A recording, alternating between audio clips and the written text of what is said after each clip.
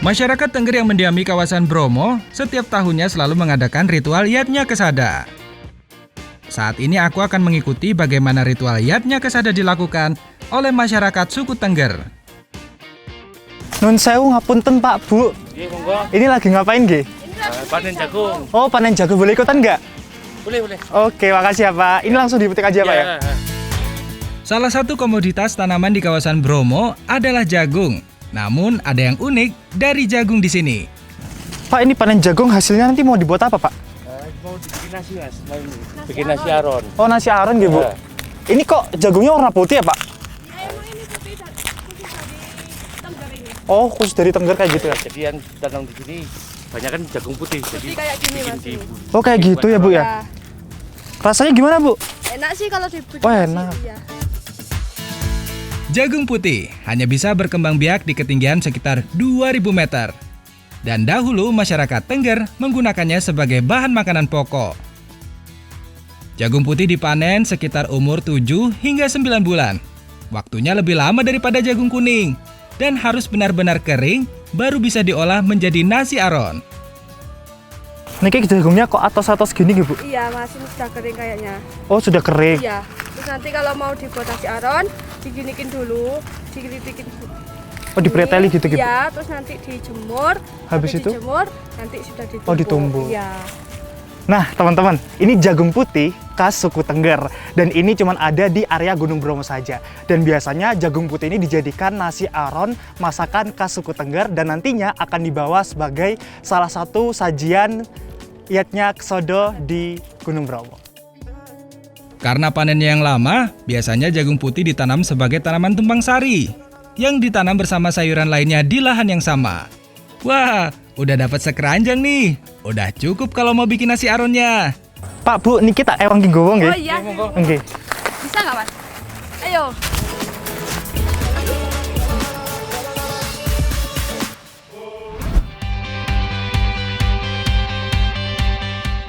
Dalam ritual Yatnya Kesada, setiap keluarga suku Tengger akan membawa makanan sesuai kemampuan masing-masing keluarga.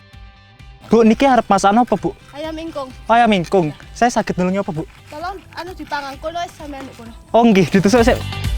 Saya, Mbak Elsa dan Ibu Ngatriasi sedang membuat sajian untuk dibawa ritual Yatnya Kesada. Saya bertugas untuk memanggang ayamnya nih. Kalau buat ingkung ayam, harus menggunakan ayam kampung ya. Nah, sekarang saya lagi manggang ayam sebagai salah satu sajian yang akan dibawa ke lautan pasir berbisik di kawasan Gunung Bromo nanti.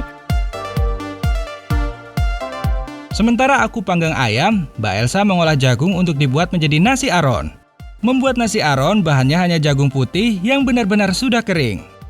Karena waktu panen yang cukup lama, jagung putih saat ini cukup sulit ditemui. Hanya di Kecamatan Sukapura, jagung putih masih banyak ditanam.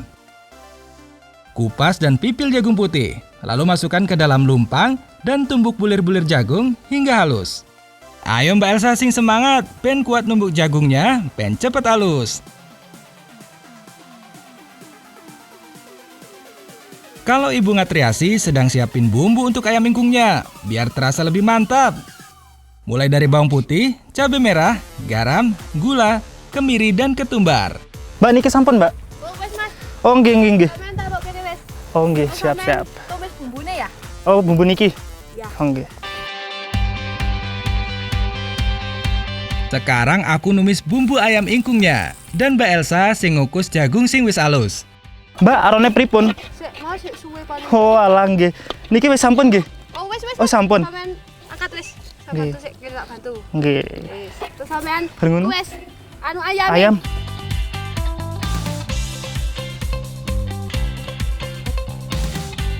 Untuk menanak nasi aron memang membutuhkan waktu setidaknya 1 jam agar bisa matang.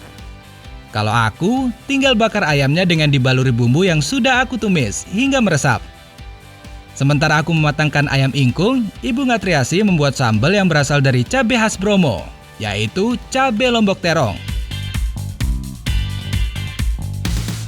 Wes sampean angkat iku wes. Oh nggih Mbak.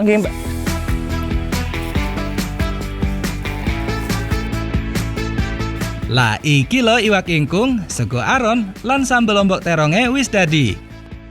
Semuanya dicampur dengan pelengkap hidangan seperti mie, perkedel, dan tempe. Eits, tapi ini semua belum bisa dimakan ya. Kita harus menuju lautan Pasir Bromo. Pak, Bu.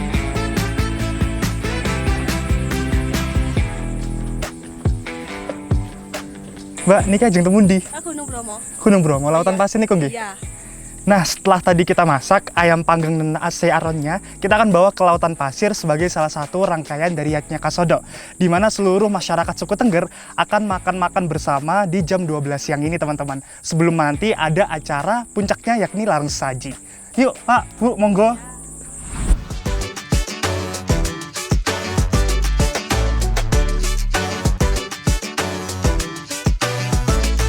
Prosesi Yatnya Kesada diadakan sekali dalam setahun, setiap bulan Kesada atau bulan ke-12 dalam penanggalan orang Tengger. Setiap keluarga yang masih memiliki darah Tengger akan kembali ke Gunung Bromo untuk melakukan larung sesaji sesuai dengan kemampuannya. Meski puncak acara berada di tanggal 15, acara Yatnya Kesada sudah bisa dimulai sejak tanggal 14 sore hingga 16 sore bulan Kesada. Tiap-tiap keluarga, selain membawa masakan, juga membawa aneka sayuran hasil bumi hingga hewan ternak untuk dilarung. Sesampainya di lautan pasir, setiap keluarga akan memasuki pura untuk menaruh sesaji dan membawa makanan yang telah dimasak dan hasil bumi untuk didoakan oleh sesepuh desa. Setelah didoakan, makanan dan hasil bumi dibawa kembali untuk disantap bersama keluarga di lautan pasir. Aku bersama keluarga Pak Suwoto memilih spot untuk makan di bawah kaki Kawah Bromo. Wah, langsung aja disantap semua makanan yang tadi kita masak nih. Nah, makanan yang sudah dimasak tadi didoakan terlebih dahulu di pura yang ada di lautan pasir oleh sesepuh desa. Dan ini merupakan salah satu bagian dari Yatnya Kasodo. Dan saat ini kita sudah boleh untuk menyantap masakan yang telah didoakan tadi. Setiap keluarga bebas menentukan kapan mereka akan melakukan larung sesaji bersama keluarga.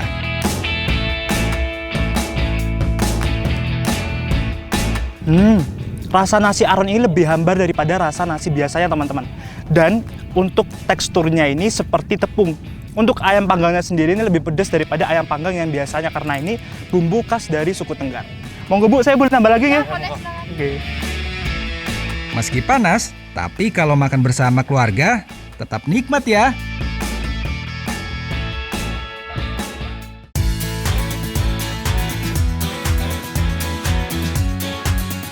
Perut sudah kenyang, harus siap-siap nih untuk mendaki anak tangga menuju Kawah Bromo untuk larung sesaji. Yang dibawa ke Kawah Bromo selain hasil bumi berupa sayuran dan panen buah, juga sesaji kecil yang akan ditaruh di setiap pura kecil menuju kawah. Suih, tambah neng Kawah Bromo, Mbak. Oke, Mas. Paling kalau saya jalan sambil ngos-ngosan ya setengah jam lebih. Niki, saya sudah ngos-kosan, Mbak. Semua orang harus berjalan kaki, anak-anak, dewasa hingga orang tua untuk menuju Kawah Bromo dengan membawa apa yang mau mereka larung.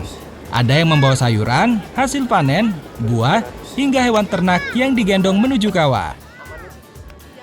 Setelah berjalan menyusuri bukit pasir, aku sampai di tempat menaruh sesaji di kaki Kawah Bromo.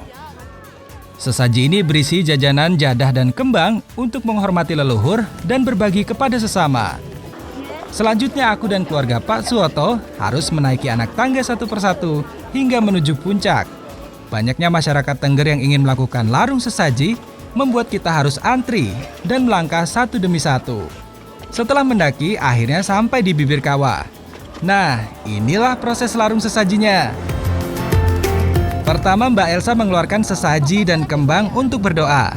Lalu hasil panen dikeluarkan. Sebelum diambil, kita harus berdoa agar panen tahun depan semakin banyak dan berkah. Kalau sudah berdoa, maka hasil panen yang dilarung bebas diambil oleh siapa saja. Aturan dalam larung sesaji adalah kita tidak boleh membawa pulang apa yang telah kita larung. Tapi kita boleh mengambil apa yang dibawa oleh orang lain untuk dibawa pulang. Karena hakikat dari larung sesaji adalah saling memberi dan berbagi.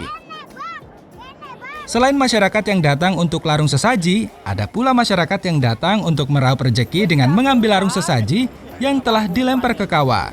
Sehingga kondisi di sekitar kawah sangat penuh sesak. Harus hati-hati melangkah, kalau tidak bisa terpeleset. Nah, ini merupakan salah satu kegiatan terakhir yang ada di Yatnya Kesodo, yakni larung saji ke Kawah Gunung Bromo. Masyarakat Tengger melemparkan larung saji yang telah mereka sediakan di rumah masing-masing, dan itu merupakan salah satu wujud syukur mereka terhadap Tuhan Yang Maha Esa atas hasil panen yang telah diberikan selama 1 tahun ke belakang. Dan musai di Bromo nih, yuk kita lihat suasana keindahan Kawah Gunung Bromo. Selain keindahan yang ditawarkan oleh Gunung Bromo, masyarakat suku Tengger juga mempercayai bahwa bersyukur dengan mengikuti ritual Yatnya Kesodo tiap tahunnya akan mendatangkan berkah bagi masyarakat suku Tengger.